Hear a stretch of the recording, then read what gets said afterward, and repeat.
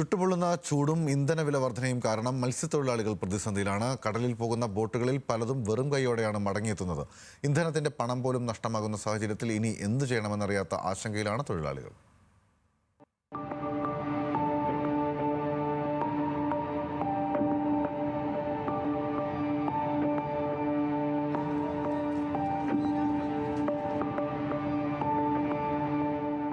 വെന്തുരുകുന്നതാണ് ഇപ്പോഴത്തെ കാലാവസ്ഥ. കരയിലും കടലിലും ഒരുപോലെ ചൂട്. കടലിൽ ചൂട് കൂടിയതോടെ മത്സ്യബന്ധനത്തിന് പോകുന്ന ബോട്ടുകൾ പലതും കാലിയായാണ് കരയിലേക്ക് തിരിച്ചെത്തുന്നത്.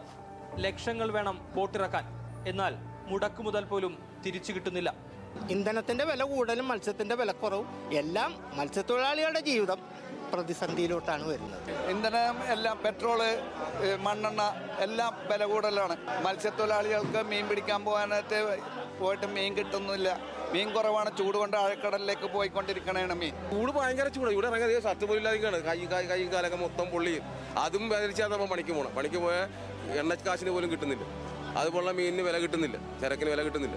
ചൂട് കാരണം തീരക്കടലിലേക്ക് മീനുകൾ എത്താത്തത് പരമ്പരാഗത മത്സ്യത്തൊഴിലാളികൾക്കും തിരിച്ചടിയാണ്. കടലിലിറങ്ങിയാൽ കാര്യമായി ഒന്നും ലഭിക്കാത്തതിനാൽ പലരും ബോട്ട് ഇറക്കുന്നില്ല. മത്സ്യലഭ്യത കുറവിനൊപ്പം മണ്ണെണ്ണയുടെയും ഇന്ധനത്തിന്റെയും വിലവർധന കടലിൽ പോകുന്നവർക്കേറ്റ ഇരട്ട പ്രഹരമായി.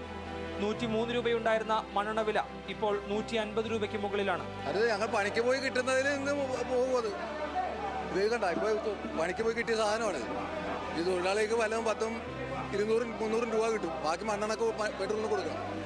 മണ്ണെണ്ണ വില ഭയങ്കര വിലയാണ്. 120 രൂപയാണ് ഒരു ലിറ്ററിന്. വില കൂടിയാൽ നമ്മൾ എന്ത് ചെയ്യും? നമുക്ക് ജോലിക്ക് പോകണ്ടേ? അപ്പോൾ കൂടിയ വിലക്ക് ഞങ്ങൾ വാങ്ങിക്കും. തൽസ്ഥിതി തുടർന്നാൽ ട്രോളിംഗിന് മുൻപേ മത്സ്യത്തൊഴിലാളികൾക്ക് വറുതിക്കാലമാകും. മീനുകൾ കുറവായതുകൊണ്ട് തന്നെ വിൽപ്പനയ്ക്കെത്തുന്ന മീനുകളുടെ വിലയിൽ വരുന്ന വർധന സാധാരണക്കാർക്കും തിരിച്ചടിയാണ്. ന്യൂസ് മലയാളം, കൊച്ചി.